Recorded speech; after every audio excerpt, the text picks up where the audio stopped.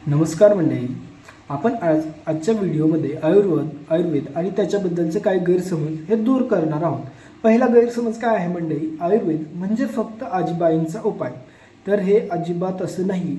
आयुर्वेद हे खूप मोठं आहे. लोकांना वाटतं आयुर्वेद म्हणजे फक्त हळद, दूध, काढे आणि घरगुती उपाय. नाही मित्रांनो, आयुर्वेद हे याच्या खूप पुढचं आहे, लय पुढचं आहे हे. पण हजारो वर्षांपूर्वी सांगितलेलं लिहिलेल्या चरक संहितामध्ये, अष्टांग हृदयमध्ये, सुश्रुत संहितामध्ये याचं संपूर्ण वैद्यकीय विज्ञान दिलं आहे. आणि हे जे हजारो वर्षापूर्वी लिहिलेले जे पुस्तक आहेत ते आजही उपलब्ध आहे. आणि आता हे तेव्हाच्या काळात कसे पुस्तक लिहिले आहेत? ह्याच्या भाषेमध्ये लिहिले आहेत, श्लोका लिहिले येतात का? कारण त्याच्यात तेव्हा आपल्यासारखे आपण जे कागद वापरतो ते तेव्हा नव्हते. मग त्यांना ताडपत्रांवरती किंवा तसले झाडांपासून बनवलं त्याच्यावरती लिहायला लागायचं. तर लिहायला भरपूर टाईम देखील जायचा आणि ते सहजासहजी उपलब्ध देखील नसायचं. म्हणून ते श्लोकाच्या ह्याच्यामध्ये लिहिलेलं आहे. आता कसं, एक श्लोक सांगतो तुम्हाला. स्वस्थस्य स्वास्थ्य रक्षणम, आतुरस्य विकार प्रशमनम. मग स्वस्थस्य स्वास्थ्य रक्षणम, जे स्वस्थ आहेत त्यांचं स्वास्थ्य म्हणजे त्यांच्या हेल्थ, आरोग्याची रक्षा करायची. आणि आतुरस्य विकार प्रशमनम म्हणजे जे आजारी आहेत त्यांना नीट करायचं. मग हे काय आयुर्वेद फक्त आजीबाईचा बटवा किंवा आजीबाईचे घरगुती उपाय एवढे सीमित आहे का? अजिबात नाही. हे एक पूर्ण शास्त्र आहे आणि एवढं ते शास्त्र मोठं आहे मंडळी, तुम्ही कल्पना देखील करू शकत नाही. हे स्वतः ब्रह्मदेव ह्यांनी आठवलं, ते तयार केलं नाही. ब्रह्मदेवाला सुद्धा माहीत नाही की आयुर्वेद कुठून आलं. फक्त ब्रह्मदेवाला ते आठवलं आणि ब्रह्मदेवाने ते पुढे सांगितले. तेच तसं सांगत आलंय. आणि काय झालं मंडळी, हे आपलं नॉलेज, हे आपलं ज्ञान नष्ट होऊ नये, हे पुढच्या पिढ्यांपर्यंत असंच आयुर्वेदाचं जे ऑथेंटिक बरोबर ज्ञान आहे ते मिळण्यासाठी आचार्य ऋषींनी 800, 1200, 1000 वर्षापूर्वी हे लिहून ठेवलेलं आहे. आणि ते लिहून ठेवलेलं आपण कशावरून सांगतो? ते आपल्याला आजही पुस्तके भेटतात, त्याच्यामध्ये आपल्याला ते माहिती आहे, त्याच्यामुळे हे आपल्याला भेटतं. आता दुसरा गैरसमज कोणता आहे आयुर्वेदाबद्दल? तर आयुर्वेद हे खूप स्लो आहे. तर हे अजिबात नाही. कल्पना करा, तुमच्या घराच्या भिंतीला तडे जाते आणि तुम्ही वरून फक्त रंग लावाल का? नाही. तुम्ही रंग लावलाल का? फक्त नाही. का पाया दुरुस्त कराल? कारण इथं आपल्याला तर पायाच दुरुस्त करावा लागणार आहे ना. आणि आयुर्वेद हाच पाय आपल्याला दुरुस्त करून देतो. आयुर्वेद फक्त आपल्याला सिम्पटम दाबत नाही. म्हणजे ताप आला, ताप कशामुळे आला ते बघतं ताप, आणि ते कारण काय आहे ते हुडकून त्या कारणाला बंद करतं. म्हणजे ताप येऊ नये. फक्त तापाला कमी करत नाही त्यावेळेपुरतं असं नसतं. जर फरक आहे तुम्हाला, जर मॉडर्न मेडिसिन जर ताप आला तुम्ही कमी केला आणि आयुर्वेदानुसार जर कमी केला, तर मॉडर्न मेडिसिनने ताप आल्यावर परत 6 महिन्यानंतर परत येऊ शकतो. पण आयुर्वेदानुसार जे कारण आहे तेच कारणाला बंद केल्यामुळे ताप यायचं कारणच उरत नाही. आयुर्वेद आता खूप स्लो आहे असं अजिबात नाही. हो, कधी कधी वेळ लागतो, पण परिणाम हे मुळापासून होतो. आता मॉडर्न मेडिसिन त्याच्यामध्येही टाईम लागतो. त्याच्यामध्येही काय लगेच होतं असं नाही आहे. त्याच्यामध्येही भरपूर टाईम लागतो. आता काय डिसीज असे काय आजार असे आहेत ज्याच्यामध्ये मॉडर्न ह्याच्यापेक्षा आयुर्वेदच खूप चांगलं काम करते. आता तुम्हाला मी नंतर हळूहळू सांगत जाईल पुढच्या येणाऱ्या व्हिडिओमध्ये. जसं तुम्हाला हे व्हिडिओ कमेंट करचाल, तुम्हाला कोणता व्हिडिओ पाहिजे त्याच्यानुसार मी सांगत जाईन. आता गैरसमज तिसरा, हे फक्त वृद्धांसाठी आहे. तर तसं अजिबात नाही मंडळी. आयुर्वेदिक हे वृद्धांसाठी देखील आहे आणि तेवढंच सगळ्यांसाठी आहे. आयुर्वेद सगळ्यांसाठी म्हणजे कुमारांसाठी, म्हणजे बालकांसाठी आहे, महिलांसाठी आहे, स्त्रियांसाठी आहे, पुरुषांसाठी आहे. आयुर्वेद यांच्यासाठी प्राण्यांसाठी देखील आहे. प्राण्यांसाठी आयुर्वेदाची पुस्तके सापडतात. अश्व आयुर्वेद म्हणजे घोड्यांसाठी आयुर्वेद, हस्ती आयुर्वेद हत्तीसाठी आयुर्वेद, श्वान आयुर्वेद कुत्र्यांसाठी आयुर्वेद. हे सगळ्यांसाठी, सगळ्या प्राण्यांसाठी आयुर्वेद आहे. फक्त माणसांसाठी आहे का? नाही.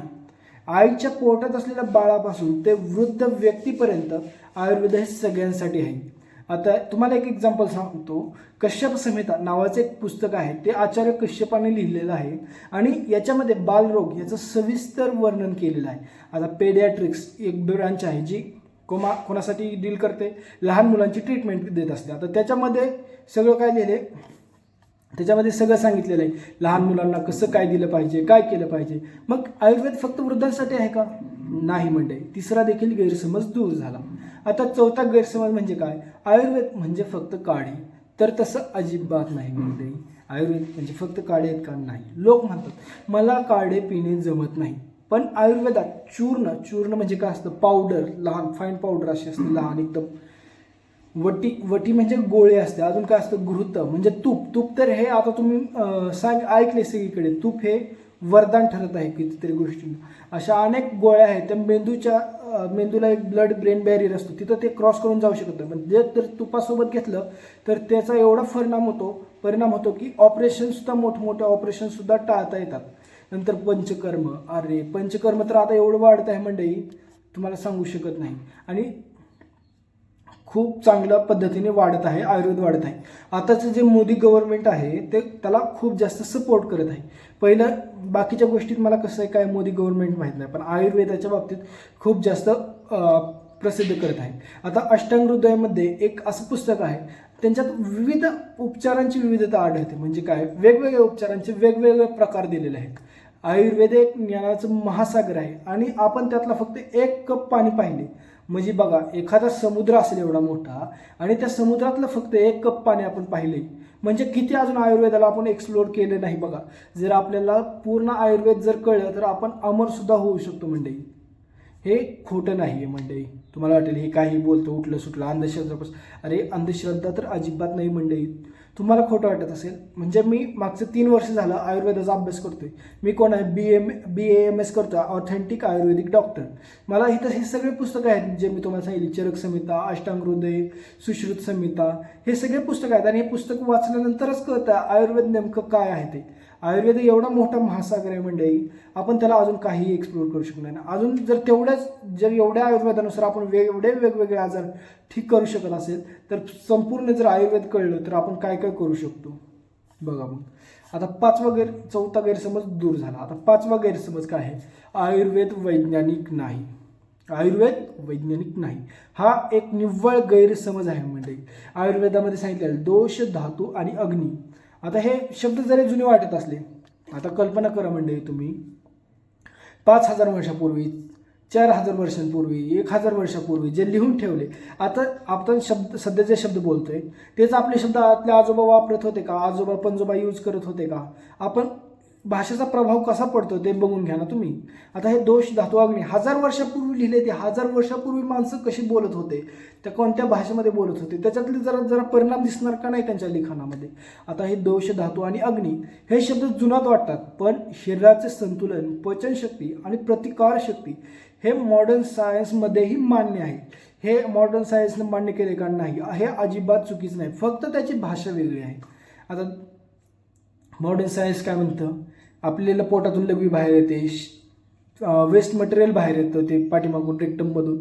मग ते काय म्हणतं? ही मुवमेंट होते, पेरिस्टाल्सिस ही मुवमेंट होते, ह्याच्यामुळे जातं. युरिनरी सिस्टीम असते, युरिनरी सिस्टीममधून युरिन बाहेर येतं म्हणजे लघवीची मूत्रवाही संस्था असते आणि मूत्रवाही संस्थामधून मूत्र बाहेर येतो. पण हे असं काम करते, पण ती काम कशामुळे करते म्हणजे त्याला काम करायला कोण भाग पडतं हे अजिबात सांगितलेलं नाही. तर आयुर्वेदामध्ये काय सांगितलेलं? अपानवात, हे वातचा एक टाईप आहे अपानवात. अपानग शोणी बस्ती मेडर रोगोचर म्हणजे अपानवात हे सगळं नीट करायला मदत करते. जर अपानवातमध्ये डिस्टर्ब झालं म्हणजे जर अपानवात खराब झाली तर काय होतं मंडळी माहिती का? पोटामध्ये कॉन्स्टिपेशन होते म्हणजे मलबद्धता होते, संडास नीट होत नाही, असे वेगवेगळे कारणं होतात. म्हणून जर आपल्याला सगळं नीट ठेवायचं असेल, नीट राहायचं असेल तर काय केलं पाहिजे आपण? ते अपनवातला मेंटेन केलं पाहिजे. अपनवातला मेंटेन करणारा कोण सांगते कसं मेंटेन करायचं? हे आयुर्वेदातील वैद्य म्हणजेच डॉक्टर सांगतात. हे कोणीही उठलं सुटलं रस्त्याच्या कडेला आयुर्वेदाच्या नावाखाली एखादा टेम्पो उभा केला आणि त्याला हे काहीही माहीत नाही मंडळी. त्याला काय करतंय? काहीतरी गोळ्या औषध काहीतरी देते ते सगळ्या. आणि आयुर्वेद कुठलीही गोळी औषध सेम नसते. मला जी गोळी दिली ताप आल्यामध्ये तीच गोळी दुसऱ्यालाही तापामध्ये तीच देईल असं नसतं, कारण तापाचेही वेगवेगळे प्रकार आहेत. त्या टेम्पोतल्या काही गोळी काय जणांवर काम करतील, ते 20% जणांवर काम करतील आणि ते 20% जणांवर पण सगळ्यांवर अजिबात काम करणार नाही. आता प्रत्येकाच्या आयुर्वेदामध्ये ट्रीटमेंट कशी देतात, उपचार कसं करतात? प्रकृती बघतात, दोष, धातू, मल बघतात, कुठल्या देशातून आला आहे म्हणजे कोणत्या देशातून, म्हणजे तिथे जंगल असलेलं ठिकाण, वाळलेलं ठिकाण, वृक्ष हवामान आहे का, कशा हवामानात राहतो त्याच्यानुसार ट्रीटमेंट दिली पाहिजे. म्हणून हे असं झालेलं असतं. म्हणून त्याचा सगळ्यांवर परिणाम पडत नाही आयुर्वेदिक त्या गोळ्यांचा जे टमटममधून देतात. पण जर वैद्याकडे गेला तुम्ही तर वैद्य ही सगळी गोष्टी माहिती करून घेतो आणि मगच तुम्हाला उपचार करतो आणि त्याचा 1001% परिणाम होतो तुमच्या ह्याच्यावर, चांगला फायदा होतो. आता 6वा गैरसमज काय आहे? 6वा गैरसमज आहे त्याचे आयुर्वेदाचे साईड इफेक्ट नसतात. हे अतिशय मोठा गैरसमज आहे मंडळी. आता रस्त्यावर जे टेम्पो वगैरे लावतात ते काय म्हणतात आयुर्वेद आहे, ह्याचा गैरसमज नाही. आयुर्वेदाचा गैरसमज असतो मंडळी, हे ऐकून तुम्हाला धक्का बसेल, पण चुकीच्या औषधांमुळे तुमच्यावर दुष्परिणाम होऊ शकतो. आता जर दुष्परिणाम होऊ शकतो अशीच एक केस सांगतो मंडळी. आता एका वैद्याकडे गेला होता एक माणूस, त्याने त्याच्याकडून गोळ्या घेतल्या, त्याचा त्या औषधांचा फरक देखील पडला आणि त्या वैद्याने त्याला एका महिन्यासाठी ते गोळ्या घ्यायला होते आणि त्याला बोलवलं होतं परत, पण तो 1 महिन्यात गेला नाही रिटर्न त्याच्याकडे, कारण त्या औषधाचा त्याला फरक पडला. मग ते काय म्हणलं, ह्या आपण डॉक्टरकडे जाऊन डॉक्टरांची फीज वगैरे देण्यापेक्षा, त्यांना पैसे देण्यापेक्षा आपण स्वतः जे औषध सांगितले ते बाहेरून घेऊ आणि ते खाऊ आपण. मग त्याने असंच केलं, 1 वर्षभर चालू ठेवलं आणि त्याच्या 2ही किडन्या फेल झाल्या. आता डॉक्टरांच्या सल्ल्याशिवाय कोणतेही औषध घेणे हे अजिबात सेफ नाही आहे मंडळी. म्हणून कोणतेही औषध वैद्याकडून ज्याच्या डॉक्टरकडे घेतलं पाहिजे. जर तुम्हाला ॲलोपॅथिक ट्रीटमेंट घ्यायची असेल तर ते गव्हर्नमेंट मान्य असलेल्या डॉक्टरांकडून घ्या, म्हणजे ॲलोपॅथिककडूनच घ्या. आयुर्वेदिक ट्रीटमेंट घ्यायची असेल तर आयुर्वेदिक डॉक्टरांकडूनच घ्या. होमिओपॅथी ट्रीटमेंट घ्यायची असेल होमिओपॅथी डॉक्टरांकडून घ्या, कारण जे ते ज्या त्या क्षेत्रात प्रवीण असतं, पुढचं असतं. आपल्याला काय एक जण कोणत्याही क्षेत्रात सर्व क्षेत्रात परिपूर्ण असतो असं अजिबात नसतं. म्हणून आयुर्वेदाचे साईड इफेक्ट नाहीत, हा देखील गैरसमज तुटला मंडळी. आता 7वा गैरसमज काय, मॉडर्न मेडिसिन सोबत आयुर्वेद घेऊ शकत नाही. अशा काही गोष्टी आहेत का, असे भरपूर जण सांगतात तुम्ही आता मॉडर्न मेडिसिन म्हणजे ॲलोपॅथिक मेडिसिन घेता त्याच्याबद्दल आयुर्वेदिक गोष्टी घेऊ शकत नाही. हे सत्य आहे का, अजिबात नाही. योग्य मार्गदर्शनाखाली दोन्ही समन्वयाने वापरता येतात, पण स्वतः डॉक्टर होऊ नका.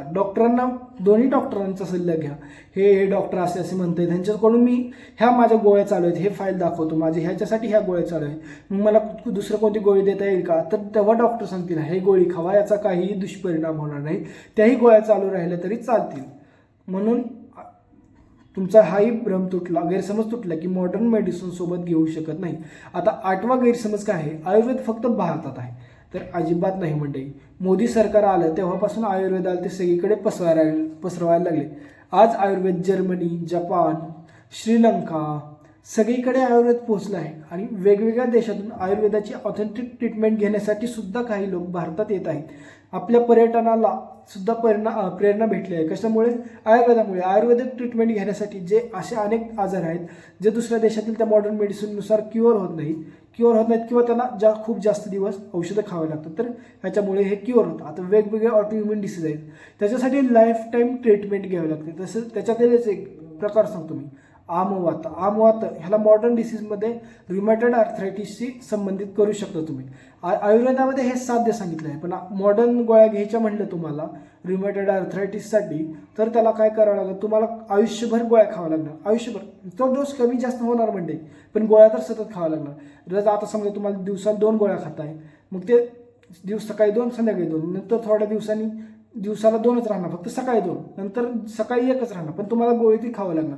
पण आयुर्वेदानुसार काय सांगतं, पंचकर्मा वेगवेगळे बरोबर पंचकर्मा केले, आणि जर तुम्ही औषध घेतलं तर तुम्हाला फक्त ऋतुशोधन करावं लागणार, म्हणजे वेगवेगळ्या ऋतूमध्ये पंचकर्मा घ्यावा लागणार. औषध गोळ्या खायची गरज नाही. पहिल्यांदा गोळ्या औषध खावं लागणार, कारण पहिला जो डिसीज आहे तो क्युअर होईपर्यंत, म्हणजे कमी होईपर्यंत. आता 9वा गैरसमज काय, आयुर्वेद म्हणजे फक्त आहार. तर आयुर्वेद म्हणतो आहार, विहार, विचार, औषध. आहार म्हणजे जे आपण जे खातो, विहार म्हणजे आपण जे वागतो, विचार म्हणजे आपण जे विचार करतो, आणि औषध आपण काय बघतो, आपण काय मेडिसिन गोळ्या औषध घेतो, हे आहे. आयुर्वेद फक्त हे जीवनशास्त्र आहे मंडळी. आणि शेवटचा म्हणजे 10वा गैरसमज, आयुर्वेद फक्त आजारासाठी आहे. तर असं अजिबात नाही. आयुर्वेदाचा मेन एमच काय आहे माहिती का, स्वस्थस्य स्वास्थ्य रक्षणम आतुरस्य विकार प्रशमनम. म्हणजे स्वस्थ स्वास्थ्य रक्षणम, जे स्वस्थ आहेत, ज्या निरोगी आहेत त्यांच्या स्वास्थ्याची रक्षा करायची, पण आतुरस्य विकार प्रशमन, आणि जे आजारी आहेत त्यांना सुद्धा नीट करायचं आहे आपण. म्हणून आयुर्वेद हे 10वा देखील गैरसमज तुटला. आयुर्वेद हे सर्वांसाठी आहे. मग माझा तुम्हाला एक प्रश्न आहे, तुम्ही आयुर्वेदावर विश्वास ठेवला होता का नव्हता तुमचा विश्वास? काय गैरसमज होते का तुमच्या पण मनामध्ये? हे तुम्हाला व्हिडिओ बघितल्यानंतर काय वाटलं हे कमेंटमध्ये नक्की सांगा मंडळी. व्हिडिओ आवडला तर व्हिडिओला लाईक करा. चॅनलवरती पहिल्यांदा आला असेल तर चॅनलला सबस्क्राईब करा. धन्यवाद.